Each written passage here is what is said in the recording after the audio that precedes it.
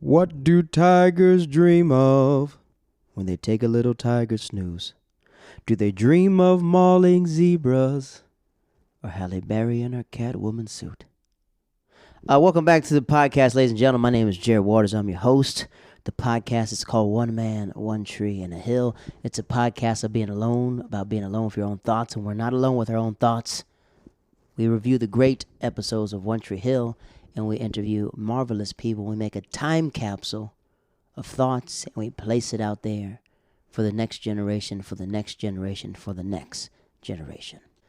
This podcast is sponsored by Frontline Roofing and Restoration. Frontline Roofing and Restoration is a business that hails in Ohio, and they restore roofs. And ladies and gentlemen, if you like your roof restored and you want a free consultation or estimation how to get your roof inspected, you can use the promo code OMOTAH. That's One Man, One Tree in a Hill. If you'd like to call these lovely gentlemen, it is 513-375-7050.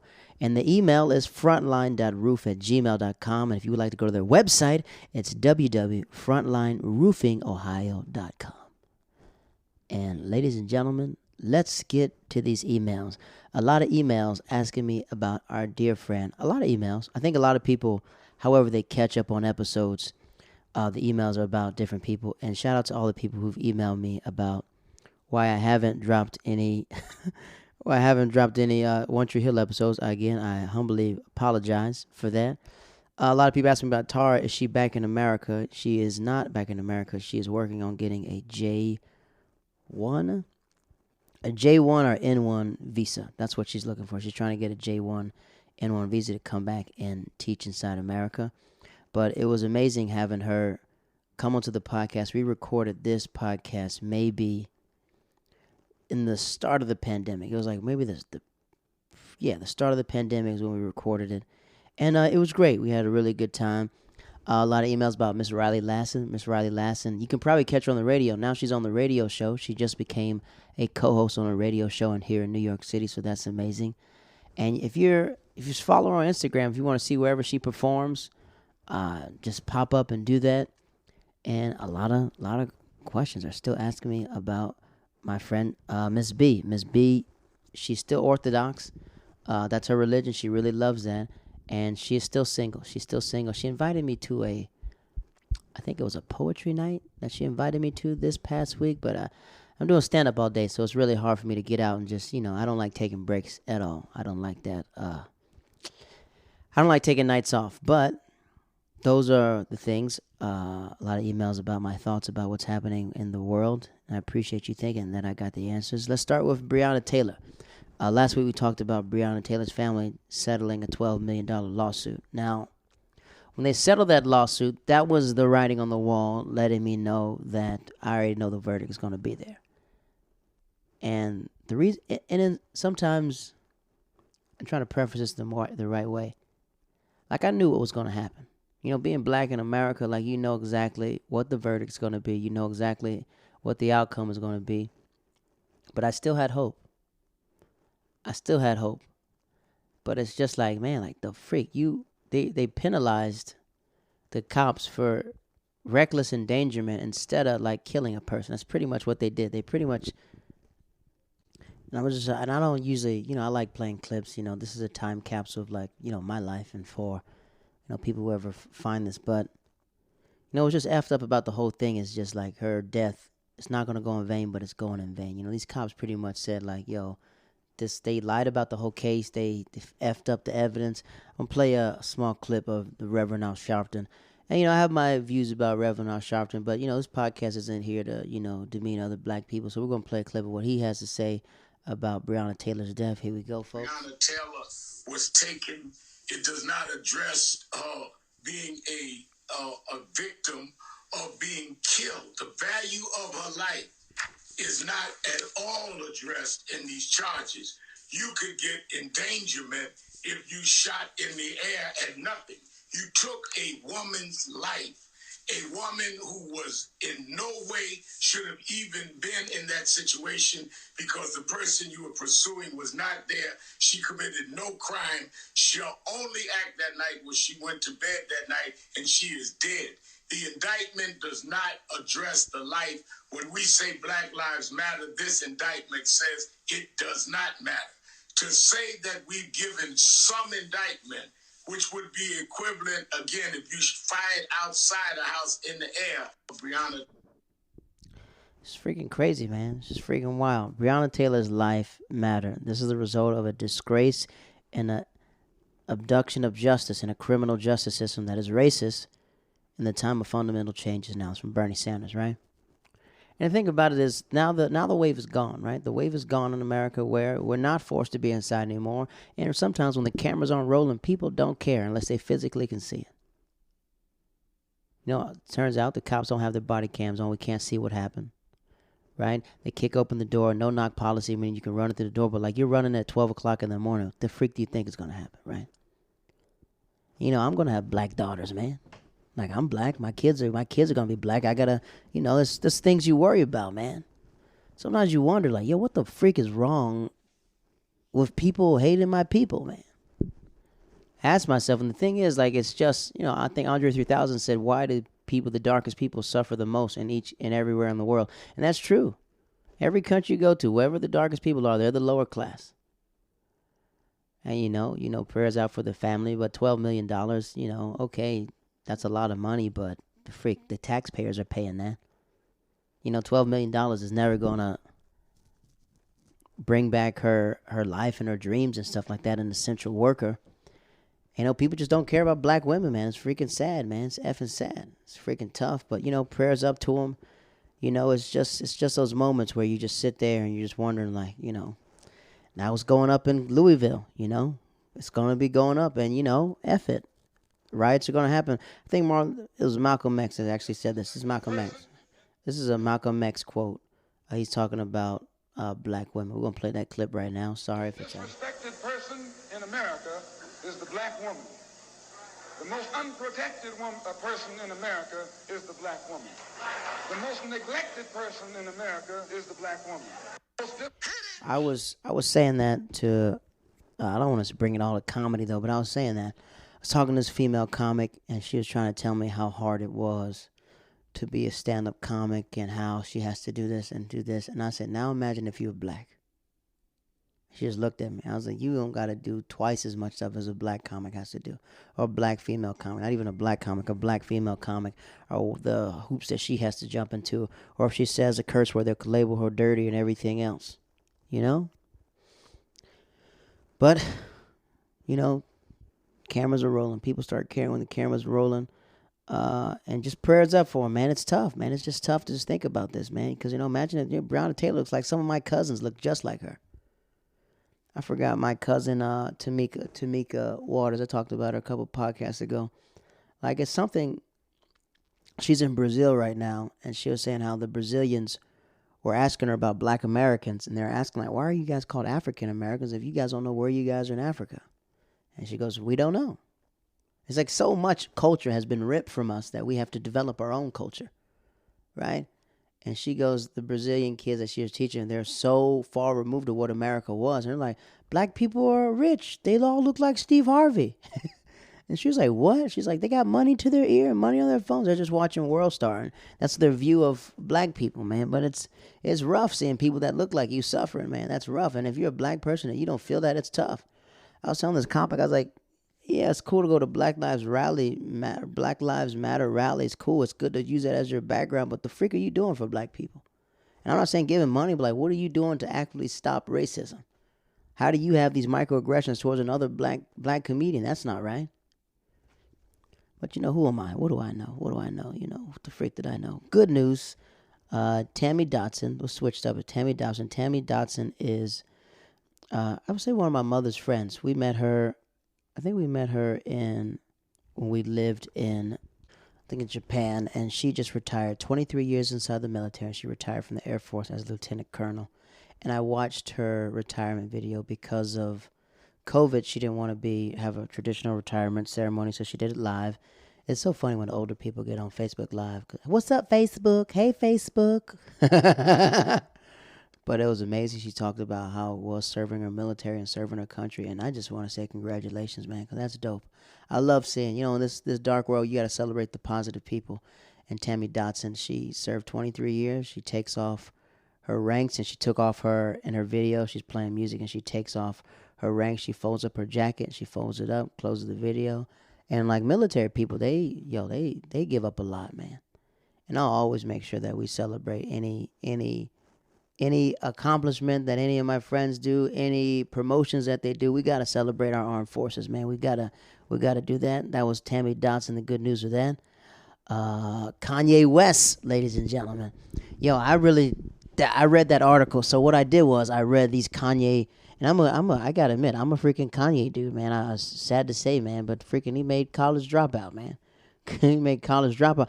I just learned something about Kanye West I never knew. In my favorite album, College Dropout, I thought he had Bernie Mac on the album. Turns out that was D. Ray Davis pretending to be Bernie Mac. What? Now when I listen to it, what a horrible... What Bernie Mac, bro? No, we're going to see it again. No, we're going to see it again. Freak, I didn't even know that. But Kanye West is, he's... I don't want to say this publicly, man, but I think he's...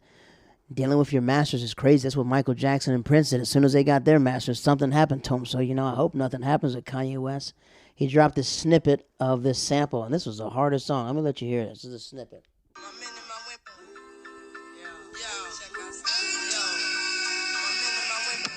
You need something unexpected. Some form of weapon. You ask until feel protected. And still feel protected. Just one time for the record. Just one time for the record. Don't agree with the message. Don't agree with the methods. Don't let the lesson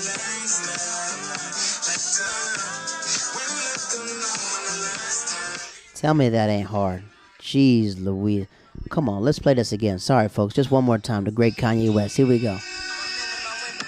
You need something unexpected. Expected. Some form of Weapon. You ask until feel protected. Protected. And still feel protected. Just one time for the record. Just one time for the record. Don't agree with the message. Don't agree with the methods. Don't let the lesson That's a snippet of Kanye West's new song. Yo, Kanye West is a freaking musical genius, man. And I'm gonna tell you the story. And I got permission from this comic that we met.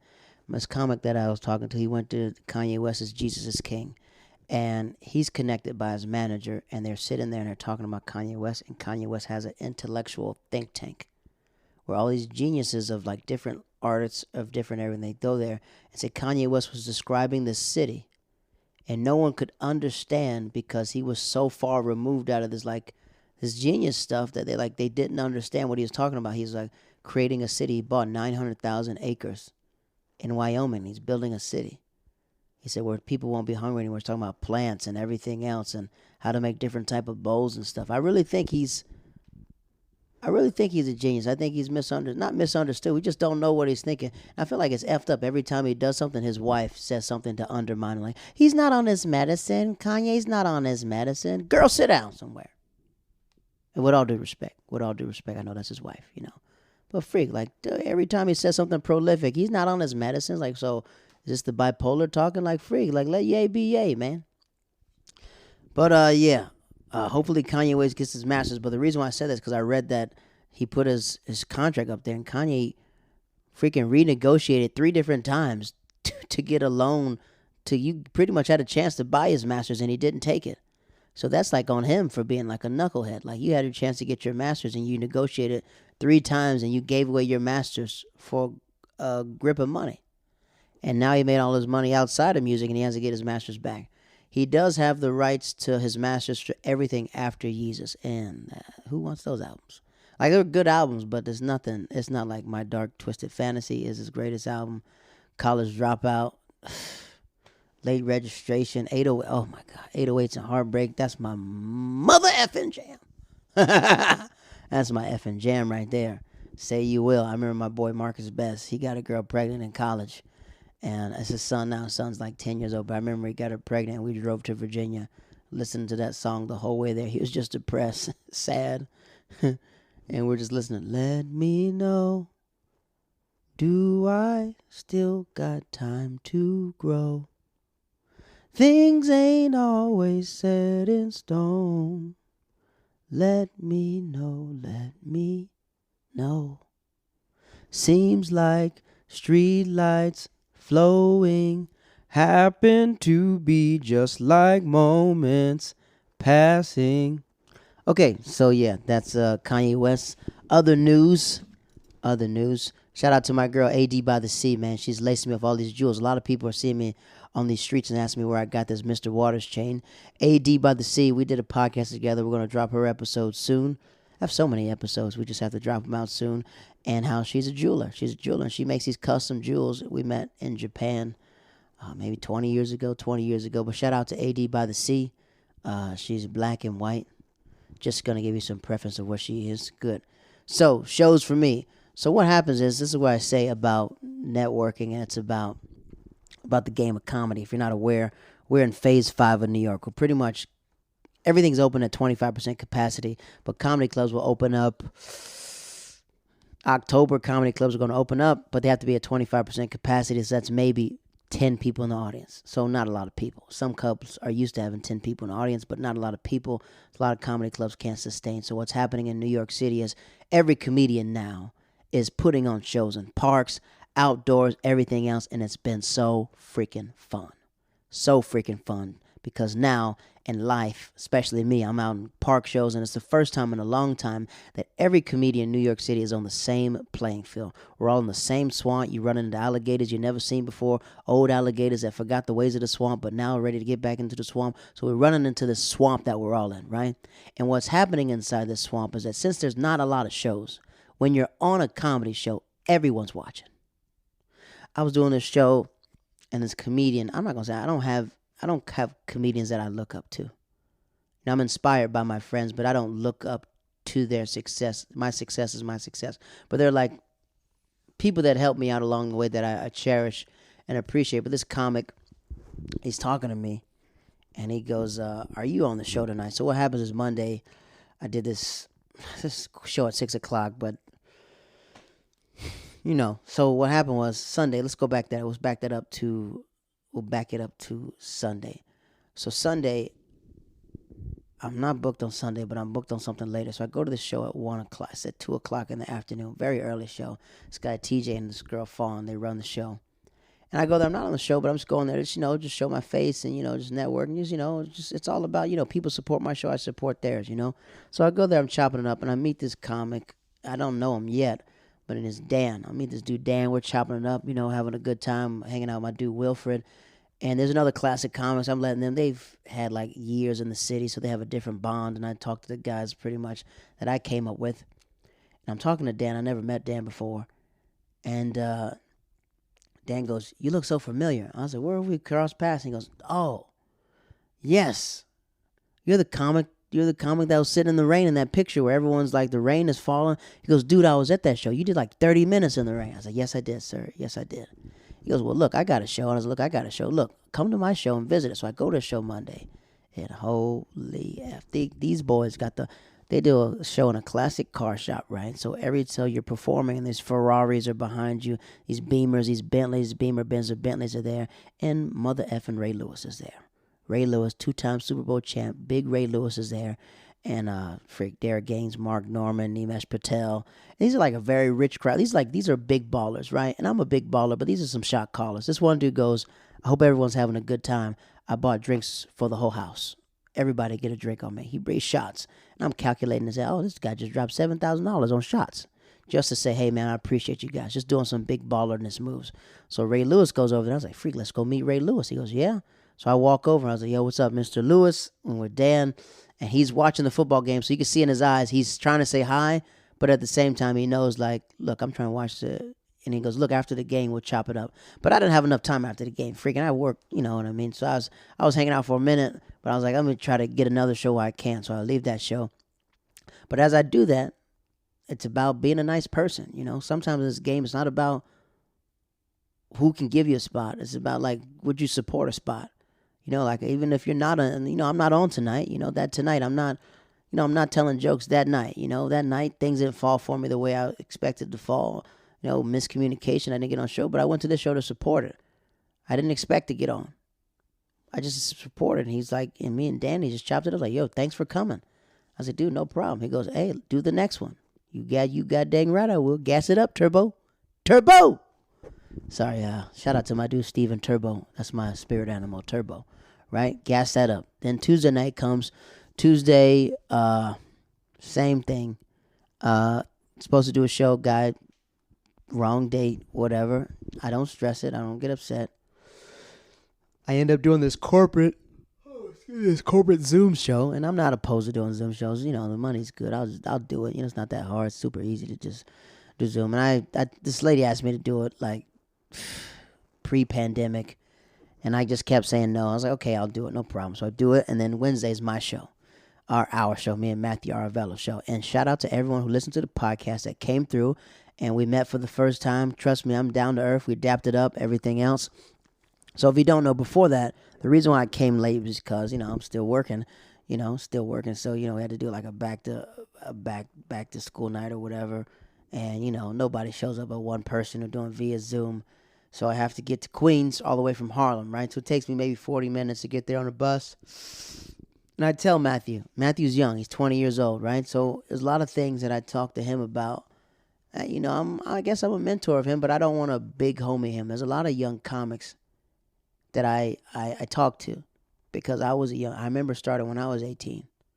I remember being 18, lost, not knowing what to do, wishing that someone would have guided me instead of just being in college doing random stuff to get up.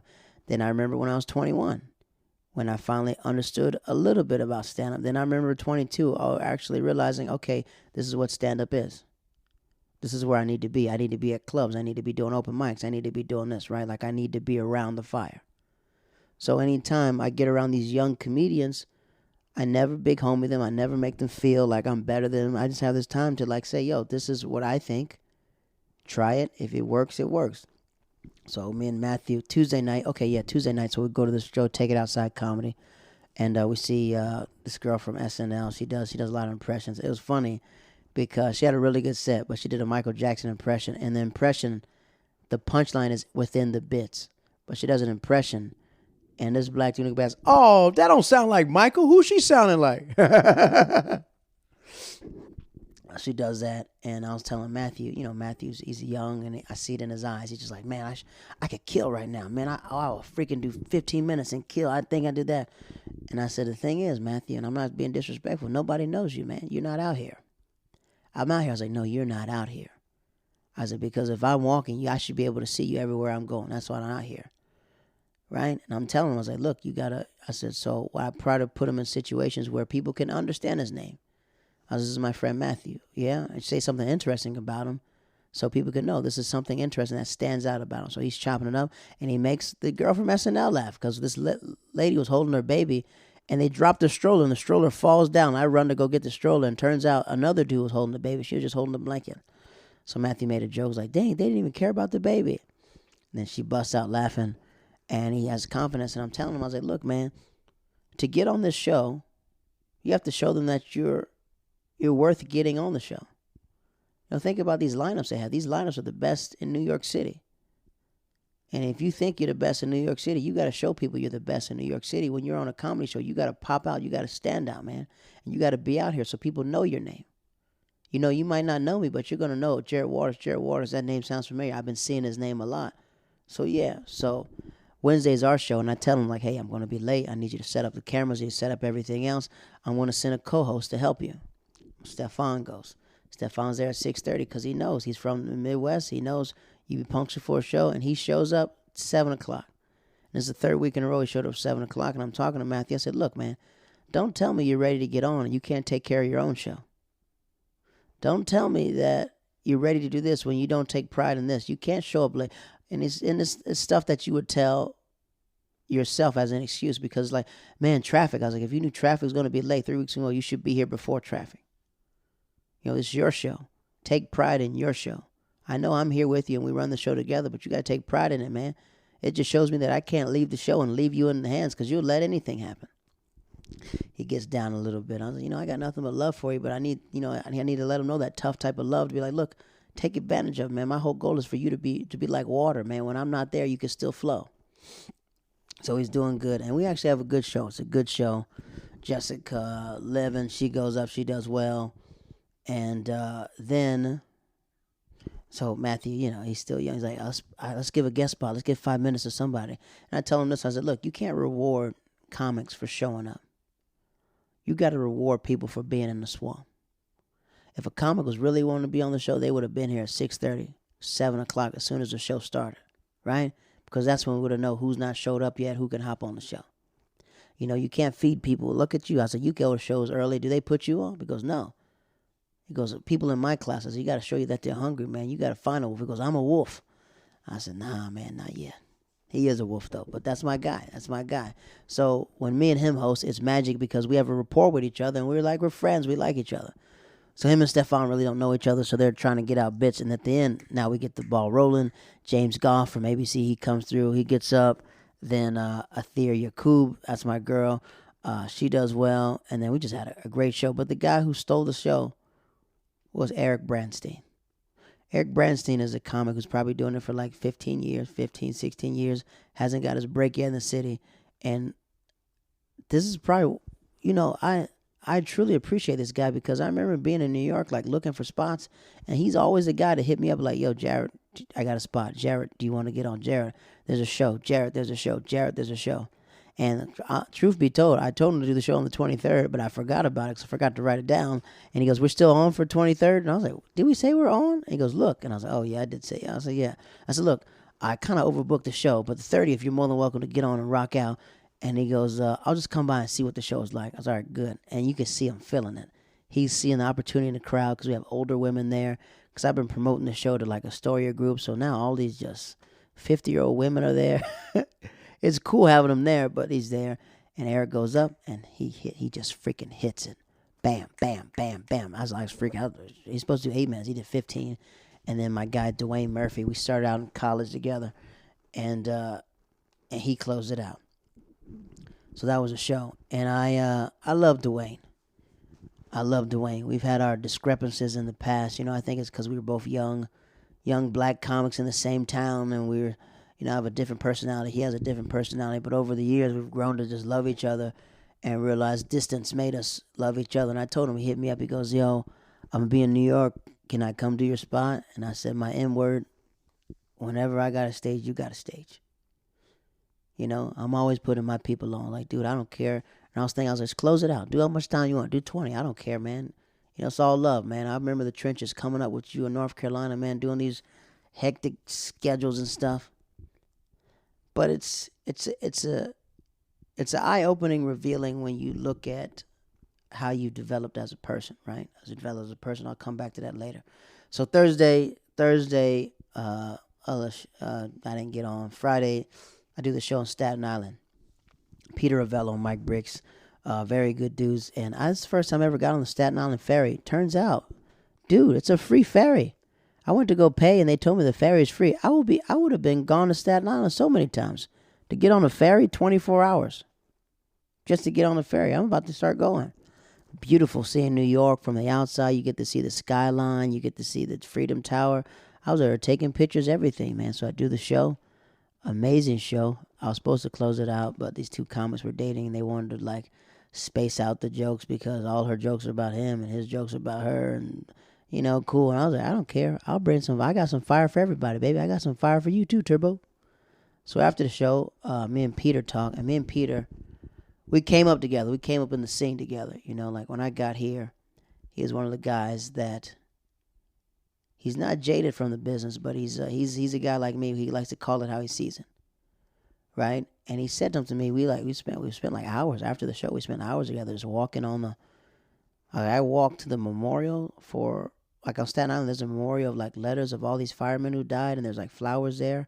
And I was just walking because I'd never seen it before. And he's showing me firefighters that he, uncles and stuff that he grew up with that ran into 9/11 and stuff. And we're sitting there talking about comedy. And I'm telling him, I was like, you know what, man? You're a mentor. You don't understand it, but people look up for you. He's like, man, what are you? I was like, I'm serious, man. People respect the time you put in the scene. And, I like to invest into the new comedians. And he goes, I can tell that you've hit another switch in comedy. You could feel it. And I was like, dude, I feel it too. Like, I've had this several times in my life where I thought I was good and then I've hit another part and I don't like the thing that I thought I was good at. Like recently I just watched a video from like 2010, me doing stand up, and I almost threw up in my mouth. 2011, I was saying stuff I would probably get canceled for the stuff I was freaking, the wild stuff I was saying. Right? The song, everything, that was freak. But at the time when I was in Greenville, North Carolina, there wasn't that many comedians, and I thought I maxed the funniness of Greenville. And then I went to Raleigh and I met these other wolves, and I was like, oh, freak, this is a whole nother type of stand up. My stand up works, but I don't know enough about stand up, so I go to Florida. I moved to Orlando. I'm in Orlando, but I'm working so hard. I didn't have enough time at night. Then when I moved to Tampa, I was like, okay, now I see what comedy is. Okay, now I can, even when I think I'm the funniest here, oh, freak, I got to go against all my guys because all my guys, and it's nothing competitive. Just like these guys are always looking to be funny, always looking to be funny, always evolving their jokes and stuff.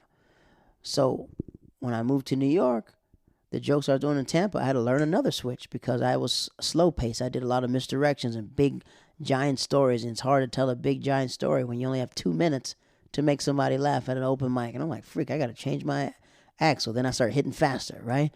And then recently I thought I was hitting it fast. And then when the pandemic hit, I switched 3 jokes around, and it's just like now it's like bam, bam, bam. So this girl, she asked me for a tape. She works for this company. They work for these studio companies. Like, can you send me a tape? And I was like, dang, I don't even want to send you my tape pre-pandemic. I only want to send you the tapes post-pandemic. So I feel like I've hit a switch because I feel it in my bones. In my bones and in my body that something's about to happen. I don't know what it is, but I freaking feel it. Every comic feels it in the city because we're all down there. I'm talking to my guy, Eagle. And Eagle goes, yo. And Eagles, he's my guy. You know, I remember I moved to the city, him and this dude, Alice Payne. They're hosting an open mic, but Eagle, like, got passed at the Comedy Cellar. And he's just always been a dude who respects comedy and just always, he's always just a funny guy. We're sitting there talking. And he goes, dude, man, it's dope finally seeing you being a funny guy and getting the rewards. I'm seeing you on a lot of flyers now, and it's dope. You always been funny, man. It's glad that more people are acknowledging it. I was like, yo, thanks, I appreciate it, big dog. Then I'm talking to my dude Drex, because so that was Friday. Then Saturday I do the show in Astoria Park. I'm freaking running late. These trains are running down, and we go through. Now, in comedy, what happened was, so the show's supposed to start at 6:15. I get there maybe 7. No, I get there maybe 6:35, 6:45, right? 6:45. A lot of people dropped out of the show, so we really needed people to come. So Sam Morrison goes up, and he's like, I forgot he told me. Sam is from Florida, so I give him a hard time. But sometimes you got to call people out when they say some crazy stuff. He goes, where do you live, Brooklyn? And I was like, no, I live in Harlem. That's right. You run a show in Harlem. I said, no, I don't. Yeah, don't you have a show in Harlem at a basement or something like that? I said, didn't you used to be a police officer? He goes, no, why would you say that? I said, because all black people must look alike to you, right? He goes, no. Oh, I said, me and Ishmael do not look nothing alike. Yeah. And he gets awkward and stuff like that. But I was effing with him. But at the same time, I was like, nah, we ain't the same. So Sam goes up, and then Brandon Sagalov goes up. That's the dude I told you who didn't want to perform in the rain. So he does well. He does well because these kids are trying to fight an adult at the park. This guy named Max. He moved from San Diego. Now he lives in Queens now. He's doing a show in his hometown, so everyone's out. And then I'm about to go up, and I set up my camera, and then this girl named Chloe goes up. She goes, hey, how are you? I was like, oh, good seeing you. So I'm setting up my camera. I'm walking upstairs. She goes, oh, he didn't tell you? I was like, what? I'm bumping you. Now, bumping you in comedy means like you're about to go up and someone pushes you back into the lineup, right? Pushes you back into the lineup. And I had no problem, but I really had to go because I had to go to another show. And I was like, freak, I wish they could have told me. I already set my camera up and I have to walk through the crowd and get it. She goes, no, if you have to get out of here. I was like, that's fine, whatever. Just go up, I don't care. So she goes up, she does well. But this is how crazy God is, right? God is, because I was in my emotions a little bit about it. I was like, man, I freaking really need to leave. I really want to go. And, I know as soon as they do their sex, all these comics are just going to take off. They're only going to stay for her because, she's got clout in the city now. And I was like, I know these comics are going to bounce out and leave. They don't support. And I was like, F it. So As soon as she gets off, she takes off. All the other comics leave during her set, and they leave. Everyone has other shows. So as I set up my camera, as soon as I touch the microphone, as soon as I grab the microphone goes out. As soon as I grab it, boop, it's out. I'm like, freak, right? And I tried it, and I was like, as soon as I did it, I said, F the microphone, let's go a cappella, and I walk right into the crowd. And it's just like, I've been prepared. This has happened to me maybe 4 times during this pandemic where I just don't need a mic. I teach, freak, it's not hard projecting your voice. So I'm doing that, and the show's going well. And then what happens is this young comic, he goes up. He hasn't been doing it that long. He goes up after me, and he does really well. Turns out he brought all these people, so these people are all here to see him, hometown hero. And he talks to me, and he goes, dude, I say, hey, man, you had a great set. I just want to stay and tell you congratulations, man. It's an amazing performance in front of your family. Keep getting up. If you want need anything, let me know. I never want to be the type of comic that never helped out anybody, you know? Like, everyone's going to start somewhere. Kareem Green told me, he said, it don't matter if a comic is funny now. That comic might develop and be something else. It could be a producer, a director, anything else. You don't know what they're going to be. Stand-up is just their outlet now. So I'm talking to him. And he says to me, he's like, honestly, dude, you inspired me when you got up there and said F the microphone. Because I was worried about a microphone. Now I realize I got to project my voice. And I was like, oh, freak, I'm glad that I was the one that had to suffer through this. Because I can handle it. You know what I mean? Like, I'll project my voice. I'll throw my voice. I'll do everything else. Walk closer to the crowd. Switch it up. So that was good. So then after that, I had to run to 100th Street. That is, I don't think, that is Harlem. It's Harlem, but it's Central Park. Central Park near Harlem. Central Park is in Harlem. So I got to go there, right? Parts of Central Park are in Harlem. So I got to go there. So I have to catch a M60 bus instead of catching this. I could have got a $50 Uber. I could have, but I was like, I didn't feel like it. So I had to catch this bus. And as I'm walking, I'm maybe 600 yards away from the bus. I got my East Carolina bandana, and I see the bus, and I take off running full speed. Now, I'm not going to say I'm a 4-3 anymore, but I'm running. I finally dodge traffic, running there, just hop on the bus, and I drop my bandana. So pissed off I dropped my bandana because I got that in college, and I love my East Carolina bandana. Get on the bus. I get on the bus. After I get on the bus, I get to Harlem. I catch a train, boo-doo-doo-doo-doo. I text the guy, should be there by 9. No worries, Jerry, you're closing the show out. Close the show out, running to Eagle, right? The guy said that. So, like, good, like Eagle, because I'm going to stay for your set, right? And it's something performing in front of your peers. Like, I'm inspired by my peers, you know, of course. And I like being around Eagle because he talks about greatness, and that's what I talk about. He's just like, yo, Chappelle's the great. We're talking about Dave Chappelle, about how he takes bits and just make them so great. And like now Dave Chappelle has been, he understands that he's the greatest of all time. And now people are starting to believe it. But the thing is, Chris Rock is the greatest of all time. Me personally, he just wants other people to say it for him. He's so humble. And then he tells me a story about Chris Rock. I think I can air it. About, said that this, I can't say it. I freaking can't say it. He told me not to. I can't. It's a comedy story. I can't say the story. I can't say it. Even though he told me I'm proud, I can't say it. I can't say it. Freak! I can't say it. Even though I didn't sign an NDA, I can't say it. It's too much of a Chris Rock story. And I love Chris Rock too much to tell the story about him. But freak, just if you ever see me, ask me about the Chris Rock story, I'll tell you about it. So we're talking about greatness.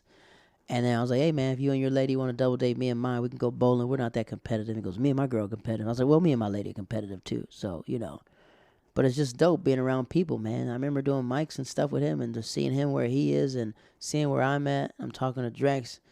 And the thing about Drex Clemens is that he reminds me of myself when I was like 20 years old. He reminds me of who I would have been at 21 years old if I lived in New York City. So when he tells me stuff, I was like, dude, I've been there where you are, man. You have to embrace who you are. You can't, Walter Mercado, that's my favorite quote by this dude. You can't rehearse to be who you are, man. Who you are is going to ooze out of your veins. It pours out of you. When things get tough, when something happens, when things don't go right, who you are as a person is definitely going to come out. So that was Saturday, right? So then I have to run to another show, which is on the rooftop. I do that show and I have to run back because I'm doing this Zoom show, right? Because it's about these Teachers of America or something like that, Teachers Lounge. This guy does it, and Devin Sebold, he's one of my homies from Florida. He suggested me to do it, so I did it. And I noticed about a lot of their sets, not Devin, but a lot of the other sets were just like about teaching. And I think they don't realize I only do like maybe 3 minutes about teaching. And then after that, it's like real stand up. Not saying it's not stand up if you're not a teacher, but it's just like I can't talk about teaching for more than 10 minutes because it's like, who gives an F, right? It's like a niche. It's like a niche a little bit. Like it's like if it's a teacher crowd, you can keep doing teacher bits and it kills. But if you're not with a teacher crowd, some people are just like, all right, what are they going to talk about next? So it was good to do it, to be all like, man, I did this crowd and I know what they were expecting, but I did what I wanted to do and it still went well. Like it still went really well and that was dope. Now today, which is Sunday, I'm going to Connecticut. I'm off to Connecticut for some comedy show. It is in Milford, Connecticut. I'm doing a show with Andre Kim. Andre Kim, he called me Wednesday night at my show. But there's another comedian named Brian Kim. They're both from Korea, right? So I was like, so it said Andre Kim on my phone. I know it's Andre Kim, but I was like, oh, it must be Brian. Maybe I wrote Andre's name as Brian. And because Brian goes, yo, I'm going to come back. So let me know if you're back. So he calls me, he goes, what's up? I say, yo, Brian, we out here, baby. Come out here, pull up. And Andre walks up to me downtown. He goes, dude, I called you. And you said on the phone, hey, yo, we out here, baby, pull up. And I was like, what? And then you hung up the phone. So, yeah, I'm on the road with him. We're doing some shows in Connecticut tonight. And then Monday's a holiday. It's Yom Kippur. So I got the day off. So, yeah, that's what's happening right now. That's me alone with my thoughts on the Hill. Rest in peace to Breonna Taylor. And to the cops that killed her, I hope you have a rough life. I hope you get ingrown toenails and you can never walk again at all. And shout out to everybody that emails. Shout out to the people that download. Shout out to people who listen. And, this is just my thoughts. Who am I? I'm just a man. I'm just a nobody trying to tell somebody about a man who could save anybody. That's all I am. You know what I mean? Jared Waters, 2-time wrestling champ. And congratulations. If anyone has any success, let me know. I love celebrating my friends. I love celebrating anything else. This is alone with my thoughts on my Hill. To that man named Garrett McCall, a.k.a. Roland Doja, please take us out with the theme song, sir. Hey, you're live on the podcast, One Man, One Tree in the Hill. Say what up to the people. Now, this is when I see black excellence. It's Kenan Thompson, and I see this giant butt. I'm like, oh, who is that? Turns out that's Questlove. It's Dave Chappelle, Chris Rock, Eddie Murphy. And they're all sitting at the table, and I walk up to Eddie Murphy, and I was like, hey, Mr. Murphy, I just want to say you're the GOAT, man. You're the coldest that ever walked the face of the earth. You gotta break that thing over. She wants it private, but y'all not even together right now. So we haven't spoken about anything but the cat for at least 2 months. And then I said, and I'm be the next Jamar Neighbors. And then she was up like, I know that's right. Ladies and gentlemen, thank you for listening to the podcast. My name is Jared Waters. And I'll catch you next time. Like, subscribe, rate the podcast. Have a wonderful night, wonderful day, whatever you're listening to. I'll see you soon.